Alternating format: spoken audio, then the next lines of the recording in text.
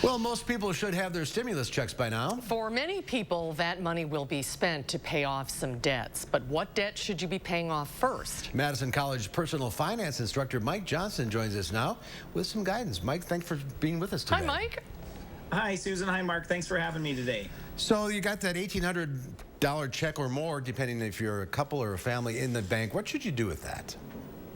Well, again, I think most people, there's a separation here. Some folks don't really have a lot of choice. They get that money and it was maybe spent before they even got it, just catching up.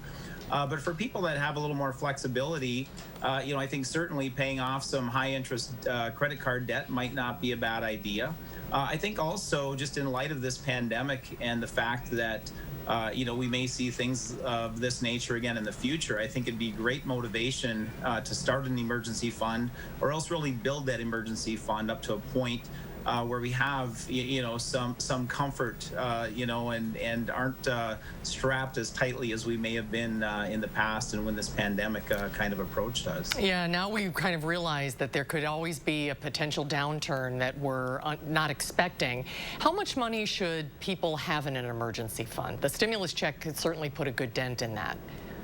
Yeah, the general guideline is 3 to 6 months of expenses set aside, and I think more and more personal finance experts have been leaning more toward that 6 months, and some have even gone out to 9 months now, just to have that cash reserve in case we do encounter these types of situations in the future.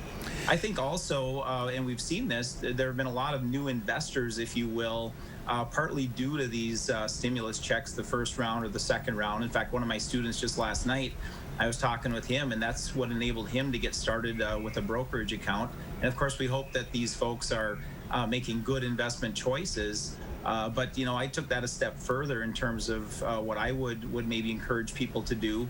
I think this pandemic overall has given us, maybe a pause, if you will, or a chance to go revisit our budget. And many of us are spending less on gasoline and on travel, hotel stays, airline tickets, those kinds of things.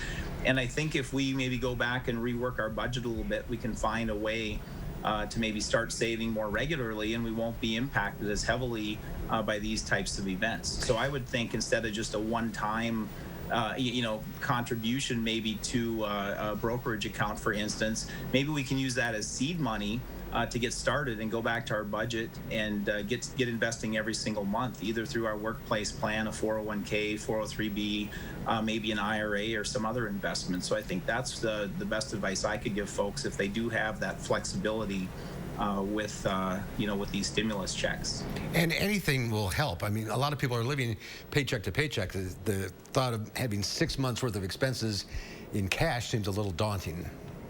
Yeah, no question about it. So just having a little bit of cushion. I mean, for years, it's been out there in the media, if you will, that pretty close to half of adult Americans could not cover even a $1,000 emergency, and that's a much smaller part of the budget for most of us. Than having to have 3 or 6 or 9 months saved up. So absolutely, if we can just get something set aside, have a little bit of a cushion, and maybe get the motivation to build on that. A little bit at a time, it all adds up, that's for sure. Mike, thanks for being with us today. Great advice. Great advice, Mike. Thank you so much. Yeah, thanks again for having me.